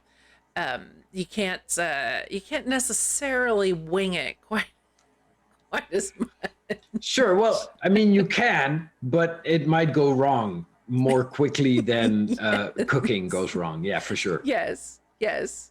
More wrong more easily. That's what I'm saying. Like, people might enjoy hearing a little bit about, that sort of stuff. Yeah. But Well, I try when I bake on stream. I try to explain and um, by absolute amazingness and nothing else. Spiral Body has been able to join me in every stream and bake along, which is great because it gives me somebody to yes. talk to check in with, to see how they are Yes. doing with their bread or bagels or donuts or whatever we're making. Um, Nice. and so I've been kind of explaining why I do things the way I do them. Mm-hmm. Um, but I really don't think I would be a good ask me something about baking because my answer is going to be, let's see what Google says, you know. Right. Hey, you know what? I can totally respect that. Like, that is one of the best things about being alive right now is if you don't know how to do something, the internet is full of ways to learn. Yeah, Not everyone's the best teacher, but you can pretty much find someone who kind of knows what they're talking about. right, right. Um, so what all have you baked? Okay, you did cookies, you did Yep, bagels. yep. Um, Did a French bread, did okay, donuts, and okay. did a, oh, what do you call those roll up cakes? I forget. The Swiss roll. Swiss roll, that's it. Okay, Oh, and yeah, and then you made fresh jam for that, I right? made the jam for the Swiss roll before the night before. Mm-hmm. That was great. Um, Mm-hmm. but so yeah, I tend to do a prep stream on Saturday where I do whatever is necessary to prep for what I'm baking on Sunday. Mm-hmm. So when we made the French bread, I made the starter first. You call it a pre-ferment, I think. Mm-hmm. And then you set that away and you just let it sit overnight. And then the next day you use it to bake. When we did bagels, I made a homemade everything mix the night Mm. before for everything Yes. bagels. And Yes. then when we made Swiss roll, I made jam, or rather, I macerated the fruit of the jam the night before, and then made jam while we were baking. Um, yeah, and I mean, what I really like is just having people hang out. That's really all I enjoy. Yes. I don't really care about how many people there are. I don't really care about what we're talking or doing. I just want to hang out with people. It's kind of my Yep. social time in times where our bubble is so close that we can't have other people over. Yeah. Yeah. I feel the same way. I totally relate to that. Like, obviously, I get to hang out with you, which is amazing. But then we have the chat hanging out with us and asking us questions, and think uh, in the case of Darth Liquid, throwing in weird jokes and asking weird questions. But that is that is a it's a wonderful thing to like find a conduit that's something you enjoy and you're comfortable with that you can like connect with people I about. I I also think that's love great. to give people a little insight into our life and home. I suppose it's yeah. Yes. I'm making a big assumption here, but I'm guessing it's kind of fun to watch our kitchen instead of our studio. Yeah. They're only separated by one floor apart, but I'm sure that somebody somewhere must have like thought, "Oh, interesting! I see his kitchen now." Just like Yeah. before, you used to be able to see our living room when we mixed up when the construction here was going on. Yeah, yeah. Well, like I know Shamin has told me repeatedly that she listens to this while she's making dinner. And so Right, yeah, seeing your kitchen is like, oh, this is where, this is where this happens. And right. certainly, in most homes, the kitchen is really a central part, of the home, no matter where it's located. It's an important place. Yeah. Um, that reminds me, let's talk about your new studio space. So, you guys had your lives turned completely upside down for it was over a month, Oh right? yeah, 4 months. 4 months. Holy 4 months. crap. Yeah. Okay, so it's in your basement, right? I'm there right now, but I'm Okay. behind the camera, so I can Okay. I Yeah. can lift and show. Oh, Um, yeah. Okay, awesome. Look at that. God, I love that space so much. Those cubbies, those built-in cubbies are they're amazing. everything. They are everything. Yeah, They're not just completely functional and at such a great height for browsing. They also just look cool. I know. They just look Yeah, amazing. our builder did such a fantastic job. Yeah. I can try and give you a little bit more of a view. Um, Ooh, yeah. so A this is what you would BTS. normally see, I suppose. You can see the camera there that faces us. Yes. And Yes. so we have a third cubby over there, Oh, yeah. and Yeah. then bookcases, cameras, Yes. screens. Yes. Oh, and That is our it basement. looks like a pretty sizable space. It is, yeah. It's a pretty fantastically big space. It's half our house width, Okay. length. Yeah, Yeah, it seems like that's the kind of space that like, you could even have IRL guests just oh, like absolutely. watching as a part of it. Yeah, Which that's a really fun concept, right? Like in addition it's to the chat to interact with, you'd have like people. yeah. We've been definitely considering now that most of us are all vaccinated and fully done, Mm-hmm. our Mm-hmm. friends are fully vaccinated and fully done. Mm-hmm. We are very tempted to have some guests over and finally kind of break our bubble and have some of our local Yes. talent that we have here. Our Yes. resident DJs, our fantastic resident MC, to have them come over and hang out with us while we stream. Yeah. Excuse me. Sorry, So allergy sorry I'm medicine. boring you. No, allergy medicine. Not at all. You should be able to tell from this. Not boring at all. Yeah, isn't that an amazing, liberating feeling when you realize, hey, not only am I vaccinated and my people are vaccinated, but like my little spread further out people are vaccinated. Yeah, Like, oh my God, going to a movie or going to someone's house and being able to hug them. It is right, amazing. right. What a wonderful thing. Well, I have to tell you, I'm really looking forward to the to sort of the first time that you guys are doing both a stream and like an IRL thing Oh yeah, at the same time. Like yeah. that's gonna be fantastic. I can't I just wait love it. for that day. Yeah. Yeah. Yeah. So were you streaming in the basement before all this started and it just wasn't an ideal space? Or No, did you start streaming in the living room? yeah, we started streaming in the living room. Our basement, before this, I used to call it our murder basement. Um, and it was, it was so terrible. It was like a concrete floor and like this system ceiling that you see in offices that was literally The taking up drop the a drop foot. ceiling? Yeah, drop ceiling that was Mhm. dropped a foot of space off the original ceiling.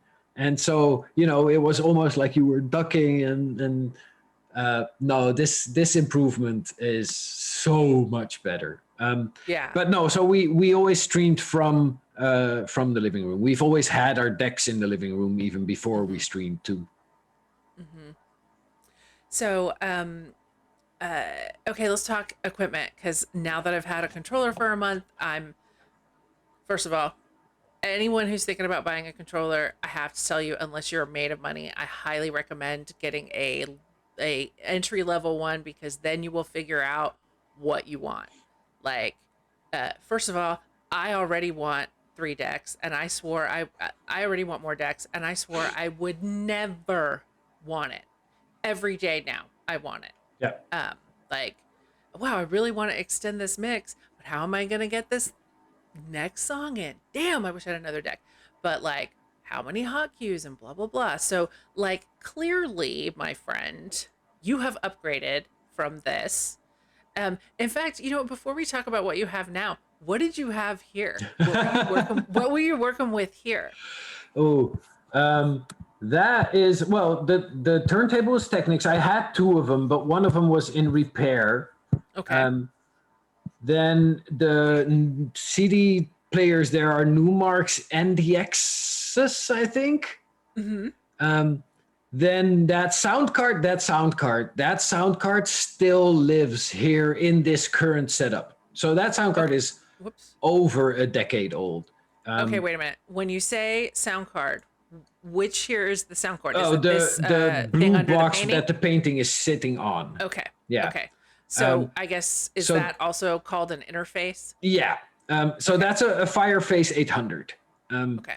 it is by RME, and it is by far the best equipment I have ever owned. Um, Unfortunately, it is only capable of connecting through FireWire, which is nowadays kind of old and not really maintained anymore, and it's very hard to get and stuff. So but it is currently still actively being used in our setup. And then on the left, there's a Novation launch pad, which is those 64 buttons that you see. Mm-hmm. Mm-hmm. Um, and then that mixer, a Behringer something or other, like it's also very old.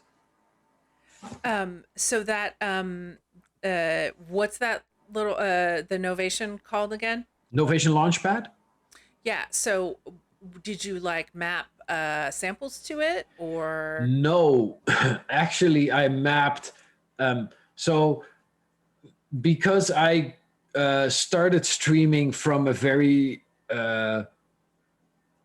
back in the day when streaming wasn't as slick as it is currently. Um, yeah. I had all sorts of macros burned into those buttons that would trigger Okay. certain actions for either my stream or my video. Um, Okay. so no, it wasn't actually being used for music. It was just a fantastic 64 button MIDI device. Awesome. Awesome. Yeah, so like yeah, I get that. I can totally feel that. Did you use all 64? How many No, did you use? no, not at all. Plus the thing has pages, so you can like map different Oh, pages to different 64 buttons. I think it has 8 pages of 64 buttons each. So that's a yeah, lot of buttons. it's a lot of buttons. Yeah, yeah, I love buttons. I don't know how you even like remember okay, the 4 down, 6 over. Luckily, they light up with color coding, so Yeah. that's good. But yeah, no, Yeah. Yeah. it was interesting for sure. That setup is yeah, old. So excuse me. Dang it. Oh, I'm so sorry. I'm on so much allergy medicine. Um Tell me about these Newmark CDJs. Uh, What were they I like? mean, they were the cheapest digital player I could get at the time. Uh-huh. This is before I used a DVS, I think. Okay. So um, But while not I before love DVS existed, right? DVS was yes, already a thing. Yeah. yeah. And so while I like buying vinyl and Mm-hmm. having the expense and the cumbersomeness that comes with it, um, I did find myself having lots and lots of MP3s and no way to play them. Um, Mm-hmm. and so I figured that it would be, I've been music streaming on my turntables there for years. And I figured it was time for me to have a way to mix MP3s. Yeah. And so that's what those are for. And they were, I mean, they're absolute pieces of shit, but they worked for what I needed them to work for. Yeah. Absolutely Do you- would not recommend getting new Mark turntables. Yeah. Not Yeah. even if you're just starting out, just don't. Yeah. The potato has a special place in my heart because it allowed me to stream, though in a very limited capacity, but it is still a potato. Yeah. Even though I'm a little romantic about it. Vinyl, on the other hand, vinyl's like an ex-boyfriend that you remember fondly. Interesting. No, I have no interest in reconnecting, but yeah, So I like digital so much. I was taught mixing Hmm. on vinyl. Same. And the one thing that I just cannot get used to mixing anything digitally Hmm. is not having the feedback of the platter spinning. Ah, yes. The platter spinning is so important to me. And Okay. so when I switched to a DVS, I did not want anything but vinyl to be able to mix my digital tunes. And so ever since, I've always only mixed vinyl. I just can't do CDs very well. So when you say the feedback of the platter, like my thought immediately goes to like the little bumps that will tell you things. But what do you mean Yeah. when you say the feedback? What I mean is when I put my finger on the platter, I feel how fast it is spinning. The I see. tactile feedback of Mm-hmm. a spinning disc versus Yeah. a light that goes round and round. I just Yeah. can't do the light. I need that tactile feedback to my hands to understand Mm-hmm. what the record is doing, I suppose. Yeah. It's very peculiar, I suppose, but Yeah. yeah, it's just the Yeah. way I was taught to mix, and I've not ever really changed that or felt the need to. Yeah. Yeah. I initially really missed the way I could read a record, being able to just very quickly look down and get and have like an immediate information upload as to like when the breakdown was coming. But now that I've like gotten used to having hot cues and like looking at the picture of the whole waveform is kind of like, um, reading the Oh the yeah, vinyl. again, But mixing digital music is fantastic. I cannot do without. Like, there's no way that all of the tunes that I love are ever going to be released on vinyl. right, And right. so, my one, the one way I could do that is by using a DVS, right? Yeah. So fairly shortly after this picture was taken, I've switched to my DVS of choice. Before, actually, not like a month ago, I changed DVSs. I changed software, and it's been a ride. Ooh, that's a big one. I know.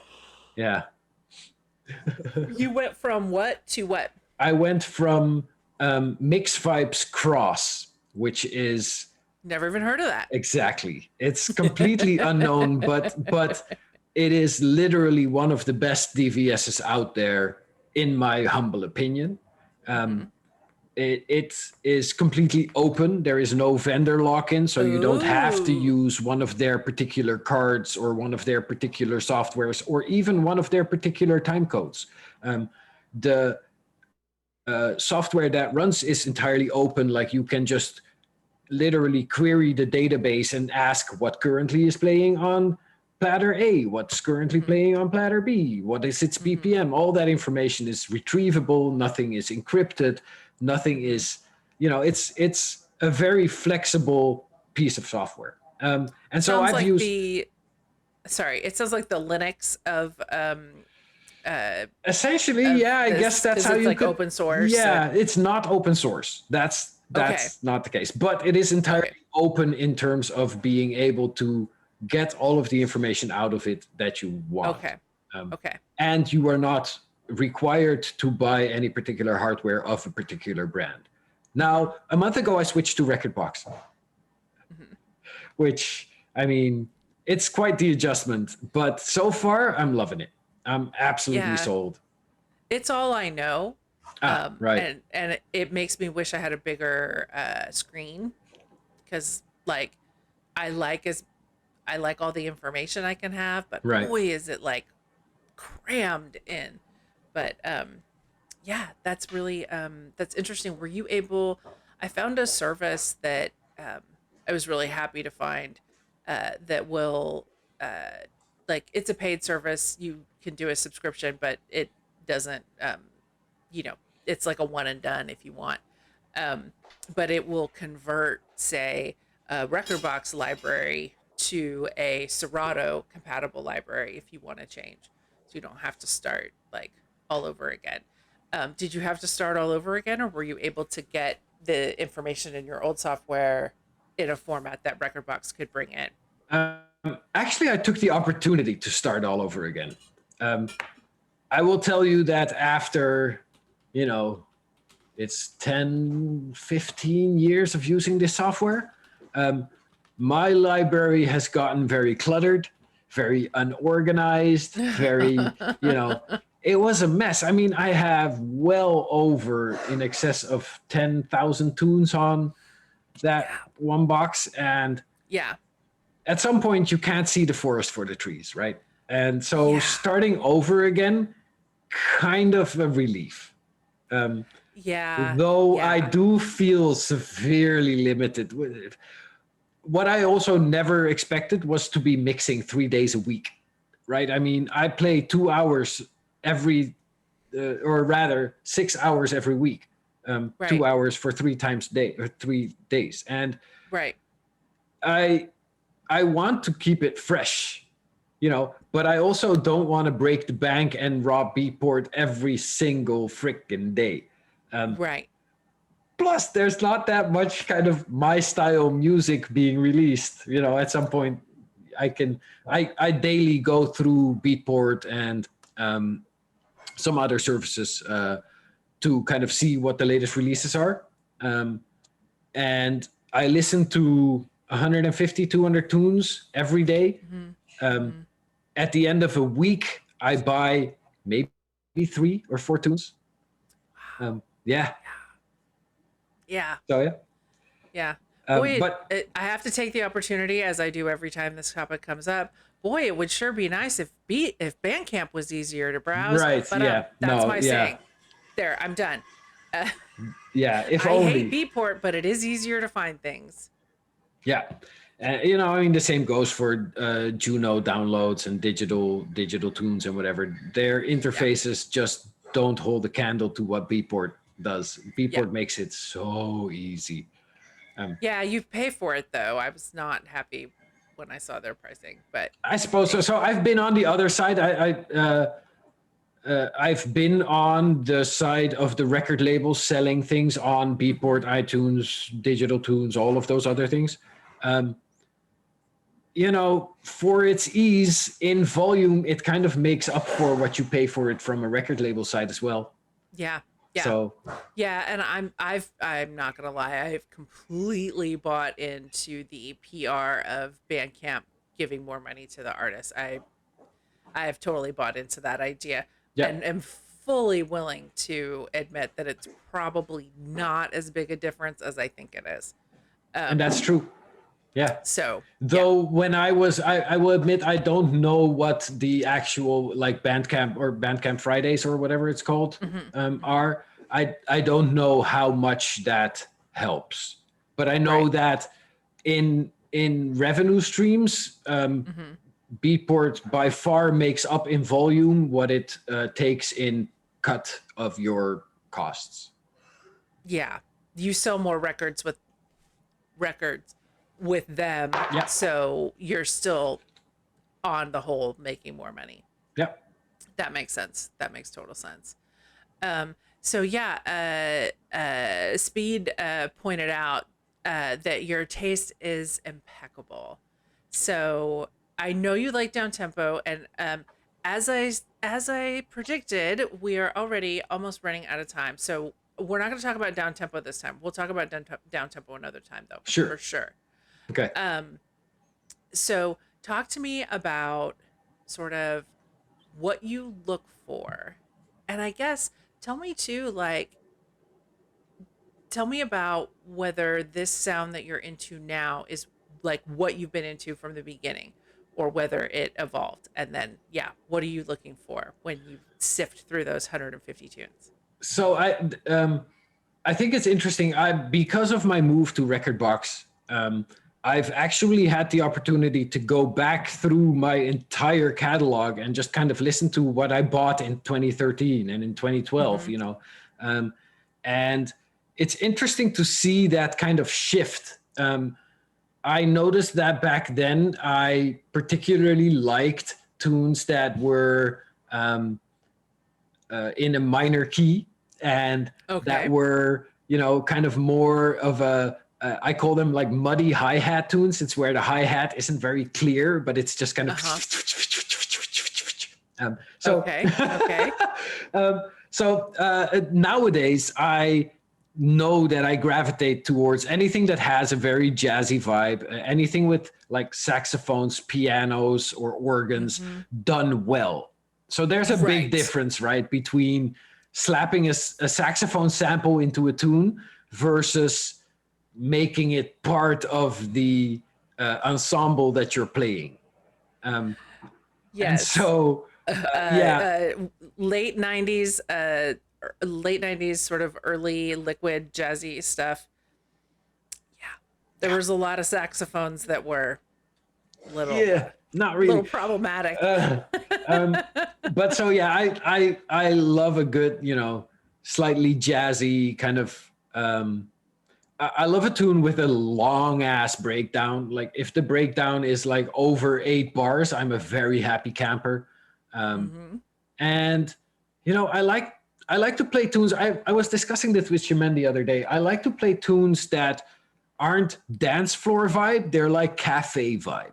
They're like some DJ in the corner of a cafe while everybody's chatting, having coffee or whatever kind Mm-hmm. of snacks or whatever. And it's not the dance floor vibe. I don't want to get people all hyped and you know dancing off their feet. I just want people to chill, sit back, enjoy the music, and be like, huh, Mm-hmm.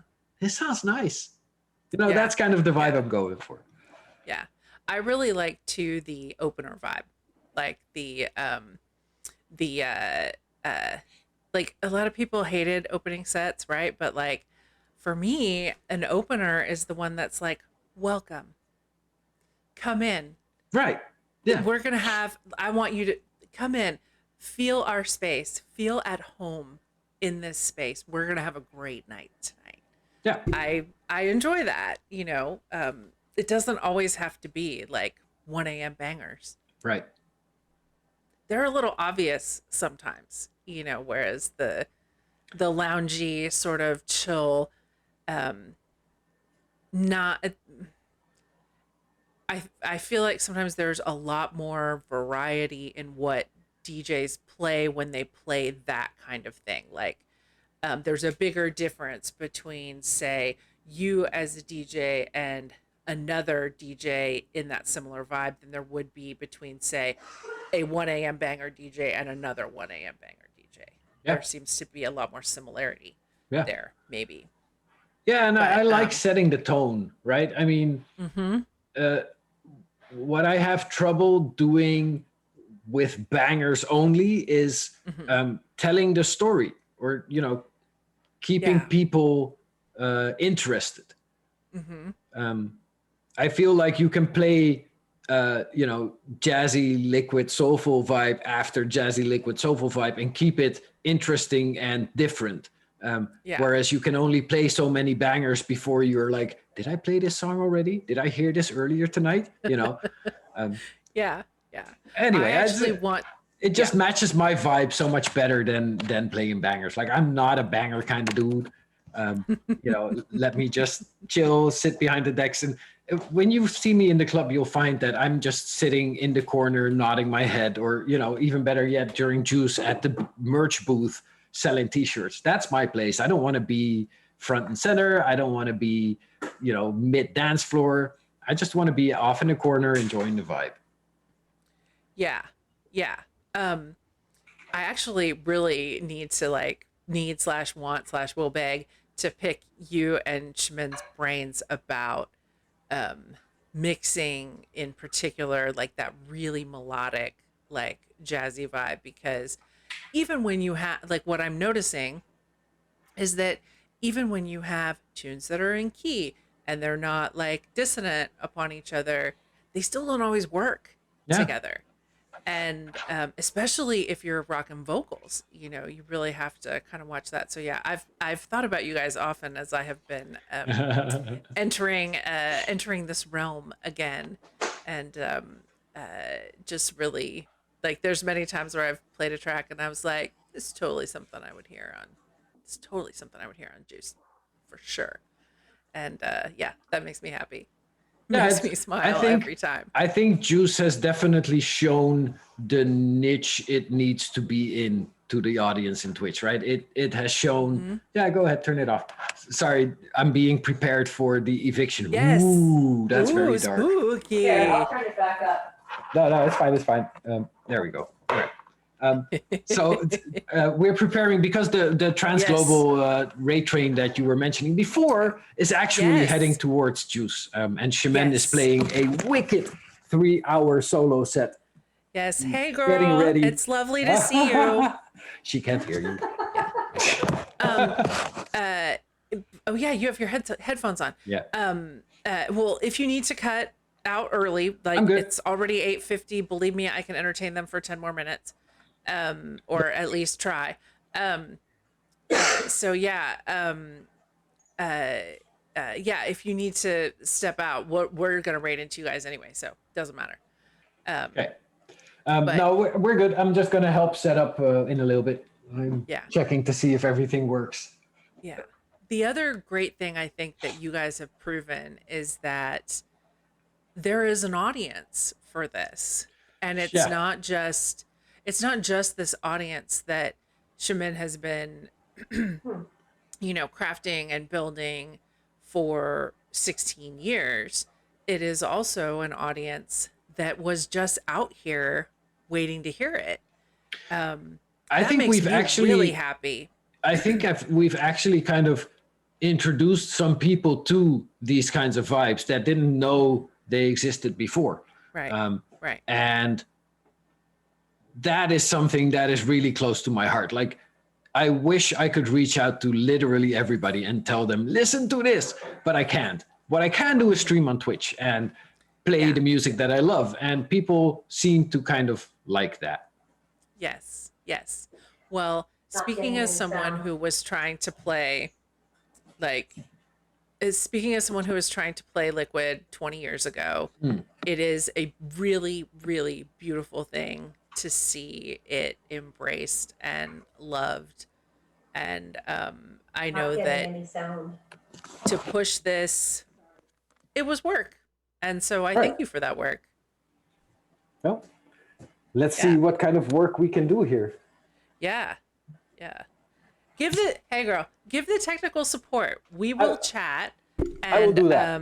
yeah, so I'll just, tell the people your stuff. So okay, so tonight Transglobal, we're going to raid in for Transglobal, and your next big juice show is on June the 25th. 25th. Yes. June 25th. Last Okay, Friday of the cool. month. Awesome. Very exciting. Do you have the lineup yet? Yeah. It's Carter and Roy Green and Revival and obviously Shaman and myself. So yeah, Roy Green, Wicked. Carter and Revival, and then us starting it. Fantastic. Okay. I love I that. need to go check go, why go. there is no Yep. audio. Go. Thank you so much, Curly. I love Thank you. I appreciate you. I appreciate your time. We'll talk later. We will. Thank you so much. Bye, Okay, crew. bye. Oh my gosh. First of all, how amazing was that? Let me see here if I can get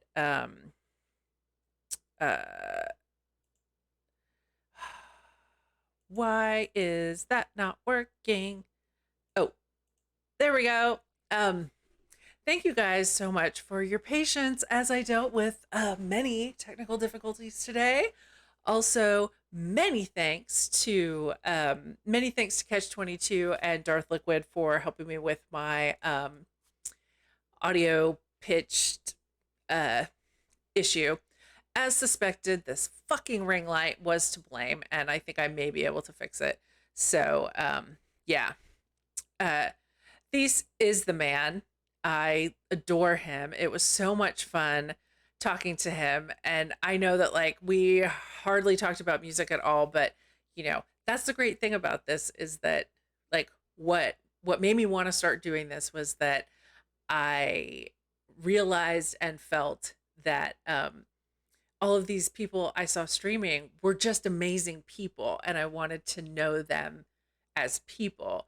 And so, yeah, like I loved getting a perspective from an immigrant who came here, you know, and yeah, like to hear about the Netherlands and, like what the differences were. Um I love that. Oh, Spade, you left a camera on one time and caused audio issues. Yeah, stupid ring light. Um, yeah, I went on the Zoom room for the Metalheads thing this weekend, and all of a sudden my camera died, and I was like, oh my god, is my camera dead? No, it was probably just on for too long. So, and thank you, E Town. Yes, I am so lucky. Like, I just feel like the luckiest girl in the entire world that I get to do this, that you know, people come and they get on camera and give me 2 hours to talk with them. But then you guys come and you watch and you bring your questions and your contributions and all of that. Or you talk to me for 2 hours on a Saturday. That's crazy to me, but I just love it. I love it so much. I feel bad, like we must have missed some questions, and I am super super sorry for that. I was absolutely captivated talking to T-Bone. Um so I wasn't paying as much attention to the chat um as I thought. Oh, intake, you don't feel like a lucky girl, you feel like a sad girl. Um just kidding. You make the most beautiful moody music ever. I love it. Guys, if you don't know Intake DMB's music, you need to know. You need to get with it. Um, he has releases on Off World Recordings. They have a band camp, so you can definitely find him. You can definitely find him there. Um, so let's talk about what is happening here in the next couple of weeks. I am super, super excited. Thank you, DJ Moasis. I really, really, really appreciate you being here. So I'm really excited to say that I was able to reschedule A1, who was supposed to be here at the beginning of the month. Um, he is now going to be here on the 22nd. But next week, we have Deadless. Um, Dylan, I'm super excited to talk to him. He is now Sans Mustache, which is crazy, but I love it. He also has like the cutest dog ever. Um, his Instagram is a great follow. We'll get a link to that up during the stream. So yeah, Deadless next week on the 15th. The week after that, on the 22nd, is A1 Voodoo from Escape Velocity Official. And then the week after that, on the 29th, is Jen Symmetry. Um, she and her partner do SLP DMB. She is also a part of Proper Drum and Bass and does Sundown Session. So super excited to have her as well. And then obviously Sleazy Listening, we're going to be bringing them in. I've got some other folks that I'm talking to. 6 months, still haven't run out of people to talk to. I just freaking love it. I cannot tell you how lucky I feel.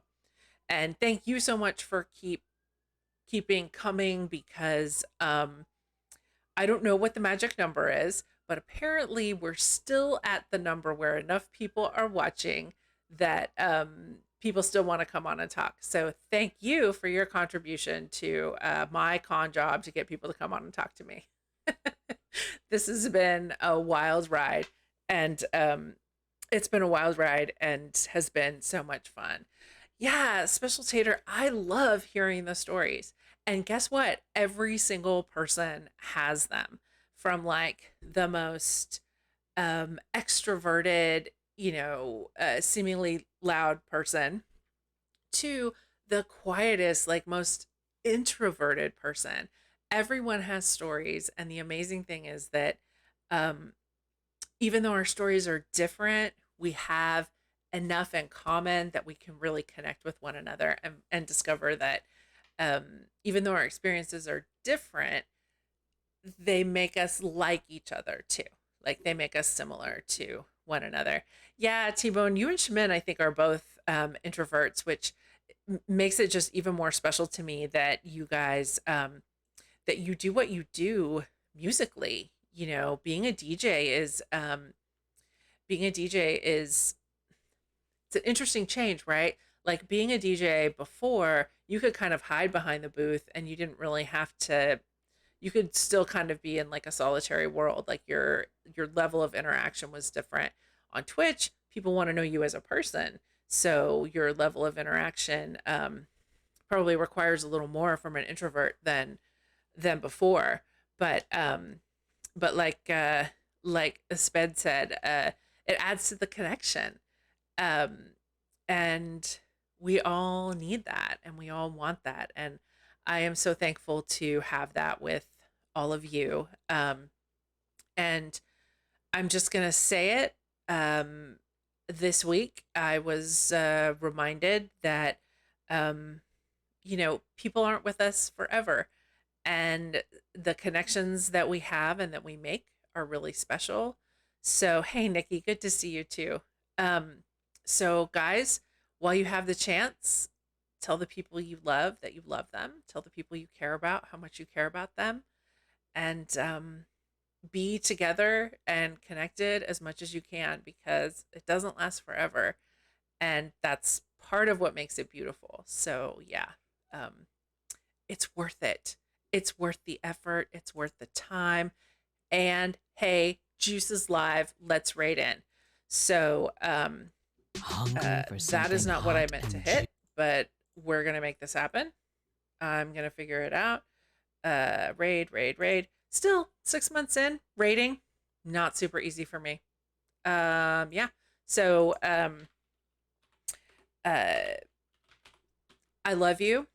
I will be streaming on Saturday, and I am very excited for that. I don't know what we're going to talk about, but we're definitely going to do it. And I'm also working with Wes to come back and do another genre stream.